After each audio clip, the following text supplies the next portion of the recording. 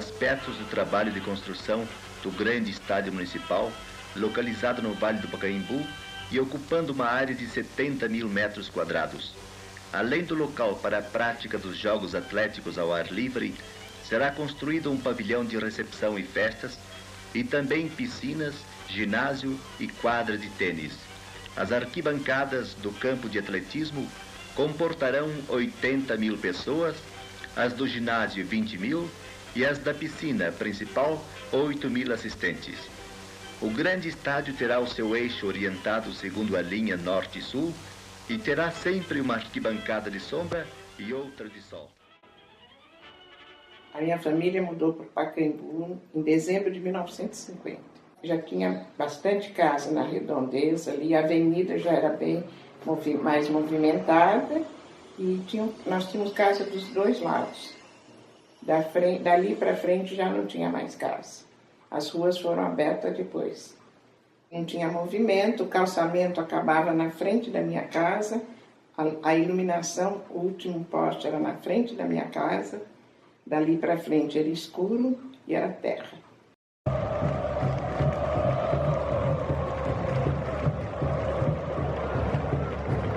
Era para ser no Vale.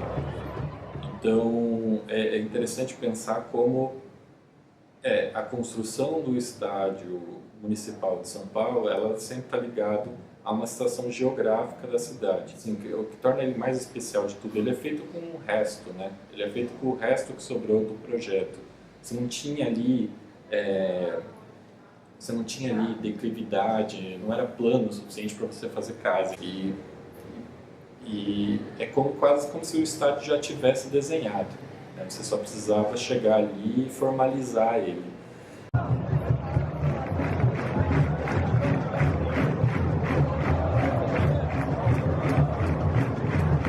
Dos poucos lugares em São Paulo que você não sabe aonde termina o edifício e começa o desenho urbano. Aonde termina o desenho urbano e começa o edifício. A monumentalidade é a cidade.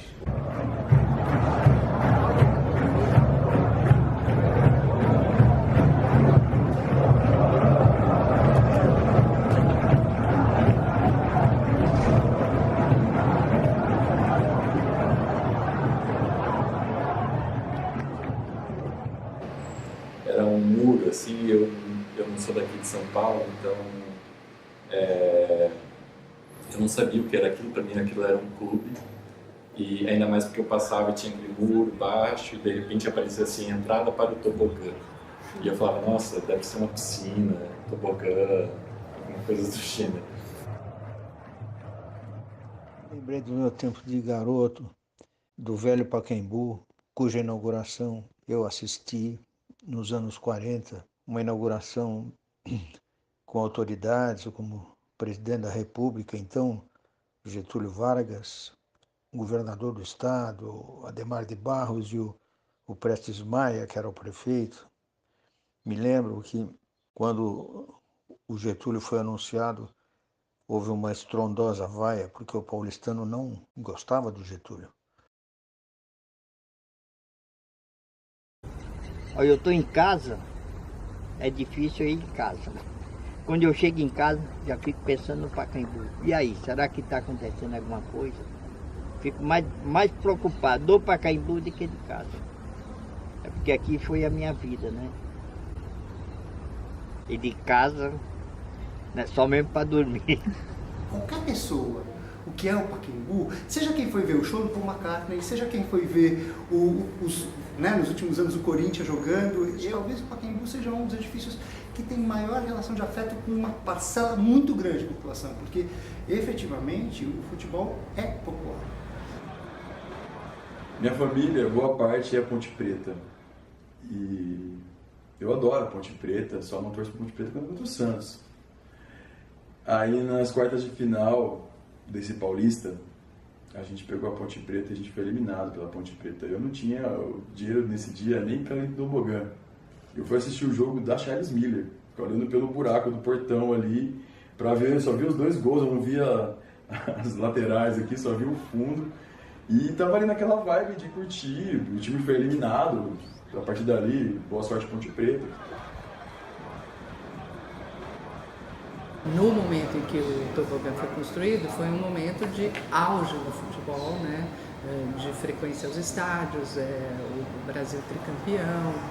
Então, se imaginou que a demanda maior era aumentar a capacidade. 14 minutos depois, a primeira surpresa. Aproveitando uma falha de Juvenal, o ponta esquerda suíço passou a empatar o jogo.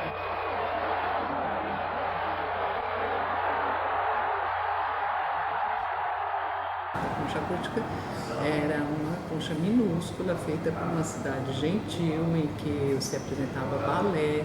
Jamais isso vai caber, né? Qualquer show que vai ter lá vai ter que ter equipamento pesado. Quer dizer, a concha acústica no meu entender, uma página virada do passado. Ela tem um sentido porque ela é construída durante o período Vargas. Então, é um período que você vai fazer os grandes comícios, que você tem uma necessidade daquilo estar lá. O tobogã sempre teve os preços mais baixos para as pessoas poderem ir. Então, ele tem um histórico de acesso popular a ele e muita gente assistiu coisas históricas no tobogã.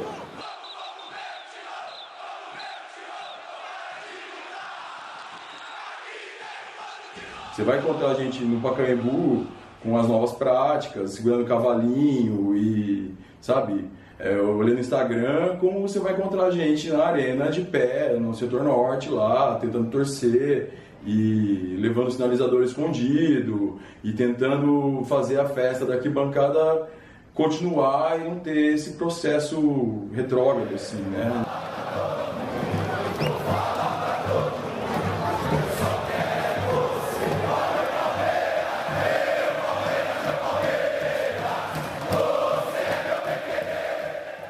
Uma coisa interessante, um estádio, ele funciona como estádio quando ele tem uma gestão, tá tudo super legal, 5% do tempo. 95% do tempo não tem jogo num estádio, qualquer estádio. Então você tem que pensar um estádio, principalmente um estádio no meio da cidade como esse, é mais importante pensar esse equipamento quando não está tendo jogo do que quando está tendo jogo. Ele é muito mais do que meramente apenas o futebol. Tem uma rapaziada que se reúne à noite lá, depois das aulas na PUC, na FAAP, e senta para fazer um churrasco. Tem gente que faz encontro de carro, tem gente que faz encontro de radioamadorismo, de aeromodelismo, né? Tem uma vida que acontece ali. Lá na feira, lá sou considerado lá do pessoal lá. É todo mundo amigo meu, todo mundo fala, ô Flor, vem cá, vem comer um pastel, vem comer um pedacinho de queijo, ver se tá bom. Tem um churrasquinho aqui, vamos lá. Ontem mesmo teve um churrasco, o cara falou, não, eu falei, não, tem jogo, vamos lá, vamos comer. E é assim. Acho que uma das maravilhas do Pacaembu é ele ser um estádio urbano, ele ser um estádio dentro da... A Vila Belmiro tem isso também, dentro da cidade ali, amarrada com a cidade. Isso também é um entrave. Então, pode ter show? Pode, mas talvez tenha que ter horário. Estádio de futebol não faz muito menos barulho do que um show. A movimentação de um jogo de futebol também é bastante grande. Eu acho que cabe, afinal, o que dá e o que não dá para fazer. E pode ser flexibilizado? Pode, dentro do limite que ele absorve e dentro do limite do que o seu entorno absorve. Tem uma parte, a gente tem um jornal aqui no bairro, que eles reclamam muito de show aí, reclamam do movimento no dia de show, de barulho no dia de show, que não pode dormir. Para mim, acho que nunca incomodou e eu acho que se você mora num lugar que tem isso, você já sabe, se você mudou para aí, você está sujeito a essas coisas.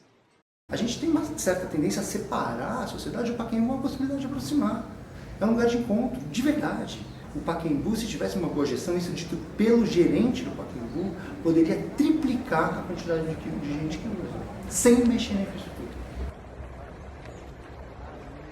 Eu conhecia mais pelo futebol, depois que minha filha começou a frequentar aqui, aí que ela foi mostrando as coisas. Porque tem tênis, né? Você pode fazer caminhada, tem dança de salão, tem ginástica, né? Então aí você vê onde você se encaixa melhor, né? Para poder... Eu quero fazer pilates também. O Mário de Andrade ele participou da formulação da ideia de que se fizesse um estádio, mas não só um estádio, que o estádio fosse uma escola de esportes e que o estádio fosse também um lugar de prática esportiva democrática e pública, acessível a todo mundo. O estádio do Pacaembu, ele representa essa conjunção absolutamente extraordinária de esforços, de políticas de cultura, de esporte, de educação, e que nesse momento tem que ser defendido. A questão do Pacaembu, ela foi toda construída no governo Haddad, com condições muito piores do que está colocado agora pelo Dória. O do Dória partiu de um princípio diferente, que poderia ser interessante. Ele diz o seguinte: quem quiser, qualquer empresa, pode apresentar uma proposta de como vai intervir. Cabe ao arquiteto entender de que forma que ele vai se debruçar sobre essa questão. Os 5 que apresentaram partiram na primeira frase dizendo atender o mercado. Realmente eu não entendo como uma coisa dá prejuízo na mão do Estado, e quando o Estado fala, eu vou vender, tem uma fila de empresários querendo comprar. Quanto custa a manutenção do edifício? Quanto custa a manutenção do clube em si por mês para funcionar? Quanto custa com esse número de pessoas usando e uma projeção máxima que o clube poderia ter de pessoas, de usuários? Então isso com certeza tem pesos diferentes de valor de custo. Então assim, primeiro é um diagnóstico físico do prédio e todo o complexo de o que ele gera de manutenção e um diagnóstico de utilização. É essa explicação que visa o lucro, né? É claro que é importante que as contas fechem. O último momento, o momento anterior de grande medo do que aconteceria com o Pacaembu, foi quando o Corinthians, que era o grande inquilino, construiu o seu próprio estádio, aliás, com a ajuda pública, né? Então, essas contas têm que se desfocar do pequeno, né? Existe um discurso recorrente que é assim, o Pacaembu dá prejuízo, né? Prejuízo é termo de mercado, né? O público não trabalha com lucro e prejuízo, o público trabalha com investimento. Então, eu acho que o estado do estádio do Pacaembu agora reflete um descaso com aquilo que é público. Né? Muito menos arquitetura e muito mais uma questão de gestão e de intenção política.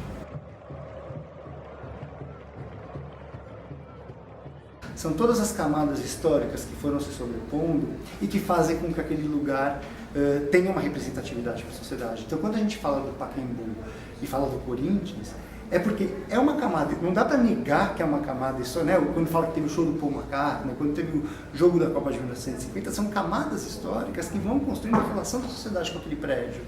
Ele não pode ser lido sem essas camadas, porque essas camadas são constitutivas do prédio, né? Senão a gente vai tratar só de pedra e cal é muito pouco para representar a sociedade.